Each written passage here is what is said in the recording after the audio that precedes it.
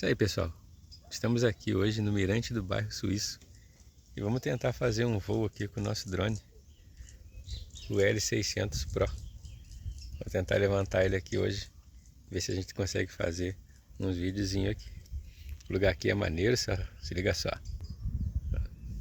Que visual top que a gente tem daqui, ó. Mirante do Bairro Suíço. A galera vem aqui para ver o pôr do sol. Nascer do sol eu nunca vim assistir daqui não, mas o pôr do sol eu já vim e é bastante legal, cara, bastante top. A gente vai levantar aqui o nosso drone, ver se a gente consegue fazer um voozinho com ele por aqui. A gente já tentou outras vezes, mas esse drone tá difícil. Esse drone tá difícil de voar legal. Vamos ver se hoje a gente consegue fazer um voozinho melhor com ele. E mais tarde a gente posta aí no canal Teixeiras na trilha, Mirante do Bairro Suíço. Muito show aqui, galera, muito top. O visual aqui é muito maneiro. Aqui a gente tem pico de 2 pedras. Ali em cima ali a gente tem a pedra do urubu.